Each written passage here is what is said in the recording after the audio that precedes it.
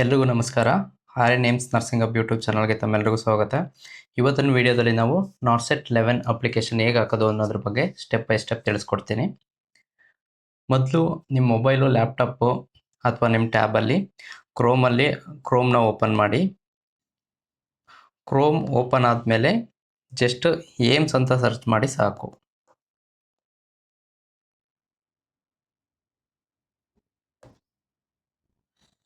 AIIMS ಅಂತ search ಆದಾಗ ಇಲ್ಲಿ ಸ್ಟಾರ್ಟಿಂಗ್ ಬರ್ತದಲ್ಲ, all India institute of medical science ಅಂದ್ಬಿಟ್ಟು ಇದು ಫಸ್ಟ್ ಬರುತ್ತಲ್ಲ, ಇದ್ರ ಮೇಲೆ ಕ್ಲಿಕ್ ಮಾಡಿ. ಇದರಲ್ಲಿ ರಿಕ್ರೂಟ್ಮೆಂಟ್ಸ್ ಅಂತ ಇದೆಯಲ್ಲ, ರಿಕ್ರೂಟ್ಮೆಂಟ್ಸ್ ಮೇಲೆ ಕ್ಲಿಕ್ ಮಾಡಿ. ನೆಕ್ಸ್ಟ್ ಇಲ್ಲಿ ನೋಡ್ಬೋದು nursing officer recruitment common eligibility test ಅಂತ ಇದೆಯಲ್ಲ, ಇದ್ರ ಮೇಲೆ ಕ್ಲಿಕ್ ಮಾಡಿ. ನೆಕ್ಸ್ಟ್ ಈ ಥರ ಪೇಜ್ ಓಪನ್ ಆಗ್ತದೆ. ಇಲ್ಲಿ ಫಸ್ಟ್ ಇದೆ ನೋಡಿ, nursing officer recruitment common eligibility test NORCET 11 ಅಂತ. ಇದ್ರ ಮೇಲೆ ವ್ಯೂ ಡೀಟೇಲ್ಸ್ ಮೇಲೆ ಕ್ಲಿಕ್ ಮಾಡಿ. ಇಲ್ಲಿ ನೋಡ್ಬೋದು advertisement, create a new account, login to apply. ನಾವಿವಾಗ ಅಡ್ವರ್ಟೈಸ್ಮೆಂಟ್ ಆಲ್ರೆಡಿ ನಿಮಗೆ ಎಲ್ಲ ನೋಡಿದ್ದೀರಾ. ನೋಡಿಲ್ಲ ಅಂತಂದರೆ ಅಡ್ವರ್ಟೈಸ್ಮೆಂಟ್ಸಿಗೆ ಹೋಗ್ಬಿಟ್ಟು ಇಲ್ಲಿ PDF ಬರುತ್ತೆ. ಆ PDF ಅಲ್ಲಿ ಏನೇನಿದೆ ಅಂತ ಅಂದ್ಬಿಟ್ಟು ಕಂಪ್ಲೀಟಾಗಿ ನೀವು ನೋಡ್ಕೊಳ್ಬೋದು. ನೀವಿದು ಅಡ್ವರ್ಟೈಸ್ಮೆಂಟ್ ನೋಡಿ ಆಗಿದೆ ಅನ್ನೋದಾದರೆ ಡೈರೆಕ್ಟ್ ಬಂದು ಕ್ರಿಯೇಟ್ ನ್ಯೂ ಅಕೌಂಟ್ ತಗೋಬೇಕು. ಲಾಗಿನ್ ಟು ಅಪ್ಲೈ ತಗೊಳಕ್ಕೆ ಹೋಗಬೇಡಿ, create new account. Next mobile number ಮತ್ತು ಇಮೇಲ್ ಐಡಿಗೆ ನಿಮ್ಮದು OTP ಬರುತ್ತೆ. ಆ OTPನ ಜನರೇಟ್ OTP ಮೇಲೆ ಕ್ಲಿಕ್ ಮಾಡಿ. ನೆಕ್ಸ್ಟು ವೆರಿಫಿಕೇಷನ್ ಅಂತ ಇದೆಯಲ್ಲ, ವೆರಿಫಿಕೇಷನ್ ಮೇಲೆ ಕ್ಲಿಕ್ ಮಾಡಿಬಿಟ್ಟು ವೆರಿಫಿಕೇಷನ್ ಆದ ನಂತರ ಪರ್ಸ್ನಲ್ ಡೀಟೇಲ್ಸ್ ಇರುತ್ತೆ. ನೀವು ಇದನ್ನು ಥ್ರೂ ಡಿಜಿಲಾಕರ್ ಕೂಡ ಮಾಡ್ಬೋದು ಅಥವಾ ವಿತೌಟ್ ಡಿಜಿಲಾಕರ್ ಕೂಡ ಮಾಡ್ಬೋದು. ಡಿಜಿಲಾಕರ್ ಥ್ರೂ ಮಾಡಬೇಕು ಅಂತಂದರೆ ನಿಮಗೆ ಜಸ್ಟು ಆಧಾರ್ ಕಾರ್ಡ್ ನಂಬರು ಮತ್ತು ನಿಮ್ಮದು ಡಿಜಿಲಾಕರ್ ID ಮತ್ತು ಅದ್ರ ಪಾಸ್ವರ್ಡ್ ಗೊತ್ತಿರಬೇಕು. ಅದಾಗ್ತು ಅಂದರೆ ನಿಮ್ಮದು ಪರ್ಸ್ನಲ್ ಡೀಟೇಲ್ಸ್ ಏನಿದೆ ಅದು ಅಕಾರ್ಡಿಂಗ್ ಟು SLC ಮಾರ್ಕ್ಸ್ ಕಾರ್ಡಲ್ಲಿ ಏನಿದೆ ಅದನ್ನು ತಗೊಳುತ್ತೆ. ಇನ್ ಕೇಸ್ ನಿಮ್ಮದು ಡಿಜಿಲಾಕರ್ ಇಲ್ಲ ಅಂತ ಅಂದರೆ ಡೈರೆಕ್ಟ್ ನೀವು ಪರ್ಸ್ನಲ್ ಡೀಟೇಲ್ಸ್ನ ನೀವೇ ಓನಾಗಿ ಟೈಪ್ ಮಾಡಿಬಿಟ್ಟು ನೆಕ್ಸ್ಟು ಕ್ರಿಯೇಟ್ ಪಾಸ್ವರ್ಡ್ ಅಂತಿದೆಯಲ್ಲ, ನೀವು ಪಾಸ್ವರ್ಡ್ನ ಕ್ರಿಯೇಟ್ ಮಾಡಿ. ನಿಮ್ಮದು ಪಾಸ್ವರ್ಡ್ ಒನ್ಸ್ ಕ್ರಿಯೇಟ್ ಆದಮೇಲೆ ಲಾಗಿನ್ ಟು ಅಪ್ಲೈ ಮೇಲೆ ಕ್ಲಿಕ್ ಮಾಡಿ. ಲಾಗಿನ್ ಟು ಅಪ್ಲೈಯಲ್ಲಿ ನಿಮ್ಮದು ಮೊಬೈಲ್ ನಂಬರ್ ಹಾಕ್ಬಿಟ್ಟು ಮತ್ತು ಪಾಸ್ವರ್ಡ್ ಹಾಕ್ಬಿಟ್ಟು ಲಾಗಿನ್ ಮಾಡ್ಕೊಳ್ಳಿ. ನೆಕ್ಸ್ಟು ಈ ಥರ ನಮಗೆ ಓಪನ್ ಆಗುತ್ತೆ ಆಲ್ ಅಪ್ಲಿಕೇಶನ್ನು. ಈ ಕಡೆ ನಮ್ಮ ನೇಮು ಮತ್ತು ನಮ್ಮ ID ಇರುತ್ತೆ. ಹಾಗೆ ಈ ಕಡೆ ಬಂತು ಅಂತಂದರೆ ಪ್ರೊಫೈಲು ಮತ್ತು ಟ್ರಾನ್ಸಾಕ್ಷನ್ನು. ನಾವು ಪ್ರೊಫೈಲ್ ನೋಡ್ತು ಅಂತಂದರೆ ಪ್ರೊಫೈಲಲ್ಲಿ ಈ ಥರ ನಮ್ಮದು ಹೆಸರು, ಇಮೇಲು ಮತ್ತು ಫೋನ್ ನಂಬರ್ ನಾವು ಏನು ಹಾಕಿರ್ತೀವಿ ಅದಿರುತ್ತೆ. OTR ಚೇಂಜ್ ರಿಕ್ವೆಸ್ಟ್ ಇತ್ತು ಅಂತಂದರೆ ಇಲ್ಲಿ ನಾವು OTRನ ಚೇಂಜ್ ಮಾಡ್ಕೋಬೋದು.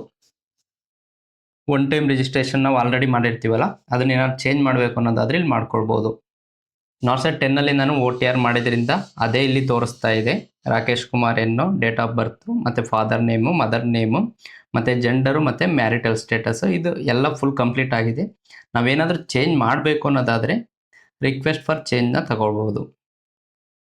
ನಾವಿವಾಗ ಆ್ಯಡ್ ನ್ಯೂ ಅಪ್ಲಿಕೇಶನ್ಗೆ ಹೋಗೋಣ. ಇವಾಗ ನ್ಯೂ ಅಪ್ಲಿಕೇಶನ್ ತಗೋತು ಅಂತಂದರೆ ಇಲ್ಲಿ ನೋಡ್ಬೋದು basic details, post for applying nursing officer, ಮತ್ತು ಇಲ್ಲಿ ನೋಡ್ಬೋದು ಫಾದರ್ ನೇಮು ಮತ್ತು father name, mother name, gender. ಹಾಗೆ PWBD ಇತ್ತು ಅಂತಂದರೆ SR ನೋ ಕೊಡ್ಬೋದು. ಮತ್ತು ಕ್ಯಾಟಗರಿ, ಸ್ಟೇಟ್ ಆಫ್ ಡೊಮೆಸಿಯಲ್ ಮತ್ತು ನ್ಯಾಷನಾಲಿಟಿ, ID ಪ್ರೂಫು. ಇದರಲ್ಲಿ ಕ್ಯಾಟಗರಿ ನಿಮ್ದು ಯಾವ್ದು ಕ್ಯಾಟಗರಿ ಬರುತ್ತೆ ಆ ಕ್ಯಾಟಗರಿ ಜನರಲ್ ಆಗಿರ್ಬೋದು, OBC, SC, ST, EWS ನಿಮ್ದು ಯಾವುದಿದೆ ಅದನ್ನು ಚೂಸ್ ಮಾಡ್ಕೊಳ್ಳಿ. ಹಾಗೆ ನ್ಯಾಷನಾಲಿಟಿ ಇಂಡಿಯನ್ನೇ ಬರುತ್ತೆ, ಇಂಡಿಯನ್ ಚೂಸ್ ಮಾಡಿ. ಹಾಗೆ ಡೊಮೆಸಿಯಲ್ಲು ನಿಮ್ಮದು ಯಾವುದು ಸ್ಟೇಟ್ ಇದೆ ಆ ಸ್ಟೇಟ್ನ ಹಾಕಿ. ನಮ್ಮ ಸ್ಟೇಟ್ ಕರ್ನಾಟಕ ಇರುತ್ತೆ, ಕರ್ನಾಟಕ ಹಾಕಿ. ID ಪ್ರೂಫ್ ಬಂದಾಗ ಆಲ್ಮೋಸ್ಟ್ ಆಧಾರ್ ಕಾರ್ಡೇ ಬೆಟರ್ ಅಂದ್ಕೊಳ್ತೀನಿ ನನ್ನ ಇದರಲ್ಲಿ. ನೀವು ಯಾವ ID ಪ್ರೂಫ್ ಹಾಕ್ತೀರಾ ಎಕ್ಸಾಮ್ಗೂ ನೀವು ಅದೇ ID ಪ್ರೂಫ್ನ ತೊಗೊಂಡೋಗ್ಬೇಕು. ನಿಮ್ದು ಏನು ಅಡ್ರೆಸ್ ಇದೆ ಆ ಅಡ್ರೆಸ್ನ ಟೈಪ್ ಮಾಡಿ. ನೆಕ್ಸ್ಟ್ ಇದು ಕಂಪ್ಲೀಟ್ ಆದ ನಂತರ ಕ್ವಾಲಿಫಿಕೇಷನ್ಗೆ ಹೋಗ್ಬೋದು.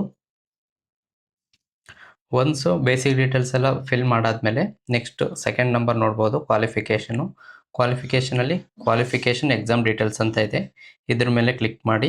ಇಲ್ಲಿ ನೋಡ್ಬೋದು ಕ್ವಾಲಿಫೈ ಎಕ್ಸಾಮ್, ನಿಮ್ಮದು BSc ಇದೆಯಾ ಅಥವಾ ಪೋಸ್ಟ್ ಬೇಸಿಕ್ BSc ಇದೆಯಾ ಅಥವಾ ಡಿಪ್ಲೊಮಾ ಇನ್ ಜನರಲ್ ನರ್ಸಿಂಗ್ ಇದೆಯಾ, ನಿಮ್ಮದು ಇದರಲ್ಲಿ ಯಾವುದಿದೆ ಅದನ್ನು ಚೂಸ್ ಮಾಡ್ಕೊಳ್ಳಿ. ಮತ್ತು ನಿಮ್ಮದು ಇನ್ಸ್ಟಿಟ್ಯೂಟ್ ನೇಮು ಮತ್ತು ಯೂನಿವರ್ಸಿಟಿ ನೇಮು ಮತ್ತು ಡೇಟ್ ಆಫ್ ಪಾಸಿಂಗು ಇಷ್ಟನ್ನು ಇಲ್ಲಿ ಎಜುಕೇಷನಲ್ ಡಿಗ್ರಿಯಲ್ಲಿ ಫಿಲ್ ಮಾಡಿ. ಮತ್ತು ರಿಜಿಸ್ಟ್ರೇಷನ್ ಡೀಟೇಲ್ಸು, ರಿಜಿಸ್ಟ್ರೇಷನ್ ಡೀಟೇಲ್ಸಲ್ಲಿ ನಿಮ್ಮದು ರಿಜಿಸ್ಟರ್ಡ್ ಹ್ಯಾಸ್, ಇಲ್ಲಿ ನೋಡ್ಬೋದು ನರ್ಸ್ ಆ್ಯಂಡ್ ಮಿಡ್ವೈಫು. ಮತ್ತು ನಿಮ್ಮದು ಇಲ್ಲಿ ರಿಜಿಸ್ಟ್ರೇಷನ್ ನಂಬರ್ ಹಾಕಿ. ಇಲ್ಲಿ ಆಲ್ಮೋಸ್ಟ್ ಎರಡು ಸೇಮ್ ನಂಬರ್ ಆಗಿ ಬರುತ್ತೆ. ಮತ್ತು ಸ್ಟೇಟ್ ನರ್ಸಿಂಗ್ ಕೌನ್ಸಿಲು ನಿಮ್ಮದು ಕರ್ನಾಟಕದಲ್ಲಿ ರಿಜಿಸ್ಟ್ರೇಷನ್ ಇತ್ತು ಅಂದರೆ ಕರ್ನಾಟಕ, ನಿಮ್ದು ಎಲ್ಲಿ ರಿಜಿಸ್ಟ್ರೇಷನ್ ಆಗಿರುತ್ತೆ ಆ ಸ್ಟೇಟ್ನ ಇಲ್ಲಿ ಮೆನ್ಷನ್ ಮಾಡಿ. Issuing date of registration date ಅಂತಂದರೆ ನೀವು ಫಸ್ಟ್ ಟೈಮು ನಿಮ್ಮದು ರಿಜಿಸ್ಟ್ರೇಷನ್ ಸರ್ಟಿಫಿಕೇಟ್ನ ಇಶ್ಯೂ ಮಾಡಿರ್ತೀರಲ್ಲ ಆ ಡೇಟ್ನ ಇಲ್ಲಿ ಹಾಕಿ. ನೆಕ್ಸ್ಟ್ ಎಲ್ಲ ಫಿಲ್ ಆದಮೇಲೆ ಸೇವ್ ಆ್ಯಂಡ್ ನೆಕ್ಸ್ಟ್ಗೆ ಕ್ಲಿಕ್ ಮಾಡಿ.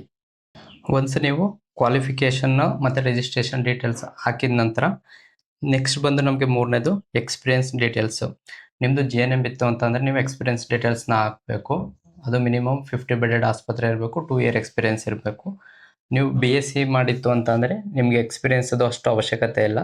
ಬಟ್ ನಿಮ್ದು ಏನಾದರೂ ಎಕ್ಸ್ಪೀರಿಯನ್ಸ್ ಇತ್ತು, ನಿಮಗೆ ಎಕ್ಸ್ಪೀರಿಯನ್ಸ್ ಸರ್ಟಿಫಿಕೇಟ್ ಸಿಗುತ್ತೆ ಅನ್ನೋದಿದ್ರೆ ಇಲ್ಲಿ ನೀವು ಎಸ್ ಕೊಡ್ಬೋದು. ಎಸ್ ಕೊಟ್ಬಿಟ್ಟು ಈ ಡೀಟೇಲ್ಸ್ ಎಲ್ಲ ನೀವು ಫಿಲ್ ಮಾಡಬೇಕು. ಡೀಟೇಲ್ಸ್ ಫಿಲ್ ಮಾಡಿಬಿಟ್ಟು ಸೇವ್ ಆ್ಯಂಡ್ ಆ್ಯಡ್ ಎಕ್ಸ್ಪೀರಿಯನ್ಸ್ ಮೇಲೆ ಕ್ಲಿಕ್ ಮಾಡಿ. ಎಕ್ಸ್ಪೀರಿಯನ್ಸ್ ಇಲ್ಲ ಅಂತ ಅಂದರೆ ಜಸ್ಟ್ ನೋ ಕೊಟ್ಬಿಟ್ಟು ಸೇವ್ ಆ್ಯಂಡ್ ನೆಕ್ಸ್ಟ್ ಮೇಲೆ ಕ್ಲಿಕ್ ಮಾಡಿ. ನೆಕ್ಸ್ಟ್ ಬಂದು ಸ್ಟೇಟ್ ಚಾಯ್ಸ್. ನಾವು ಯಾವ ಸ್ಟೇಟ್ನ ಚಾಯ್ಸ್ ಮಾಡ್ಬೋದು ಅಂತೇಳಿದೆ. ಇದರಲ್ಲಿ ಪ್ರಿಫರ್ಡ್ ಸ್ಟೇಟ್ 1, 2, 3 ಮತ್ತು 4 ಇರುತ್ತೆ. ನಾವು ಇದರಲ್ಲಿ 1, 2, 3ನ ಯಾವ ಸ್ಟೇಟ್ ಬೇಕು ಅಂತೇಳಿ ಕೊಡ್ಬೋದು. 4th ಪ್ರಿಫರ್ಡ್ ಸ್ಟೇಟ್ ಏನಿದೆ ಇದು ಎನಿವೇರ್ ಇಂಡಿಯಾ ಅಂತೇಳಿ ಅದು ಆಟೋಮೆಟಿಕ್ ತಗೊಳುತ್ತೆ, ಬೇರೆ ಆಪ್ಷನ್ ತೋರಿಸೋದಿಲ್ಲ, ಅದನ್ನೇ ಕೊಡಬೇಕಾಗುತ್ತೆ. ಇದು ಬಂದು ಪ್ರಿಲಿಮ್ಸ್ ಎಕ್ಸಾಮ್ಗೆ ಇದು. ನೆಕ್ಸ್ಟ್ ಬಂದು ಸ್ಟೇಜ್ 2 ಅಂತ ಹೇಳಿದೆ, ಇದು ಬಂದು ಮೇನ್ಸ್ ಎಕ್ಸಾಮ್ಗೆ. ಇದರಲ್ಲೂ ಅಷ್ಟೇ ಪ್ರಿಫರ್ಡ್ ಸ್ಟೇಟ್ 1, 2, 3 ಇದೆ. ಹಾಗೆ 4th ಬಂದು ಎನಿವೇರ್ ಇಂಡಿಯಾ ಆಟೋಮೆಟಿಕ್ ಕೊಡಬೇಕಾಗುತ್ತೆ. ಒನ್ಸ್ ನೀವು ಸ್ಟೇಟ್ ಚಾಯ್ಸ್ ಆದ ನಂತರ ಇಲ್ಲಿ ನೋಡ್ಬೋದು ನೆಕ್ಸ್ಟ್ ಬಂದು ಅಪ್ಲೋಡ್ ಇಮೇಜಸ್. ಅಪ್ಲೋಡ್ ಇಮೇಜಸ್ಸಲ್ಲಿ ಬಂದು ನಮಗೆ ಅಪ್ಲೋಡ್ ನೋ ಅಬ್ಜೆಕ್ಷನ್ ಸರ್ಟಿಫಿಕೇಟ್. ನೀವೇನಾದರೂ ಕರೆಂಟ್ಲಿ ಗೌರ್ಮೆಂಟಲ್ಲಿ ವರ್ಕ್ ಮಾಡ್ತಾ ಇದ್ದೀರಾ ಅಂತಂದರೆ ನೀವು ನೋ ಅಬ್ಜೆಕ್ಷನಲ್ ಸರ್ಟಿಫಿಕೇಟ್ನ ಅಪ್ಲೋಡ್ ಮಾಡ್ಬೋದು. ಅಪ್ಲೋಡ್ ಮಾಡಲಿಕ್ಕೆ ಆಲ್ಮೋಸ್ಟ್ ನೆಕ್ಸ್ಟ್ ಮಂತ್ 18th ಗಂಟ ಡೇಟ್ ಇದೆ. ಇಲ್ಲಿ ನಾವು ಯಾವುದೇ ಇಮೇಜಸ್ನ ಅಪ್ಲೋಡ್ ಮಾಡಲಿಕ್ಕೆ ಅದು ಯಾವ ಫಾರ್ಮೆಟಲ್ಲಿ ಇರಬೇಕು ಮತ್ತು ಎಷ್ಟು ವೆಡ್ತು ಎಷ್ಟು ಹೈಟ್ ಇರಬೇಕು ಅನ್ನೋದು ಇಂಪಾರ್ಟೆಂಟು. ಅದನ್ನು ಕಂಪ್ಲೀಟಾಗಿ ನಾವು ನೋಡಿಕೊಂಡು ಮತ್ತೆ ಇದನ್ನು ಅಪ್ಲೋಡ್ ಮಾಡ್ಕೋಬೋದು. ನಿಮ್ದು ಏನು ಫೋಟೋ ಇದೆ ಅದು ಫುಲ್ಲು ಕ್ಲಿಯರ್ ಇರಬೇಕು ಮತ್ತು ಬ್ಯಾಕ್ಗ್ರೌಂಡ್ ಬಂದು ವೈಟ್ ಕಲರೇ ಇರಬೇಕು. ಸಿಗ್ನೇಚರ್ ಎಲ್ಲ ಆದಮೇಲೆ ನೆಕ್ಸ್ಟ್ ಬಂದು ಲೆಫ್ಟ್ ಥಂಬ್ ಇಂಪ್ರೆಷನ್ ಇದೆ. ಲೆಫ್ಟ್ ಥಂಬ್ ಇಂಪ್ರೆಷನ್ ಕೂಡ ಅಷ್ಟೇ 4x3 ಒಂದು ಬಾಕ್ಸ್ ಮಾಡಿಕೊಂಡು, ಒಂದು A4 ಶೀಟಲ್ಲಿ 4x3 ಒಂದು ಬಾಕ್ಸ್ ಮಾಡಿಕೊಂಡು ಅದರಲ್ಲಿ ನಿಮ್ಮದು ಲೆಫ್ಟ್ ಥಂಬ್ ಇಂಪ್ರೆಷನ್ನ ಹಾಕ್ಬಿಟ್ಟು ಅದನ್ನು ಅಪ್ಲೋಡ್ ಮಾಡ್ಬೋದು. ಇದು ಅಷ್ಟೇ ಲೆಸ್ ದೆನ್ 2 MB ಇರಬೇಕು.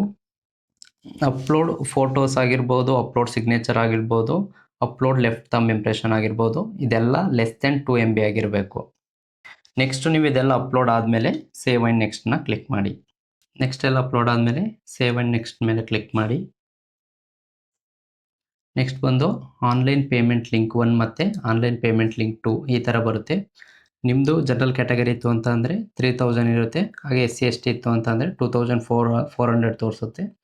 ಹಾಗೆ ನಿಮ್ಮದು PWBC ಇತ್ತು ಅಂತಂದರೆ ಯಾವುದೇ ಪೇಮೆಂಟ್ ಇರೋದಿಲ್ಲ, ಫ್ರೀ ಆಗುತ್ತೆ. ನೆಕ್ಸ್ಟ್ ಆನ್ಲೈನ್ ಪೇಮೆಂಟ್ ಲಿಂಕ್ ಮೇಲೆ ಕ್ಲಿಕ್ ಮಾಡ್ಕೊಳ್ಳಿ. ಹಾಗೆ ಕಂಟಿನ್ಯೂ ಟು ಪ್ರೊಸೀಡ್ ಮೇಲೆ ಕ್ಲಿಕ್ ಮಾಡಿ.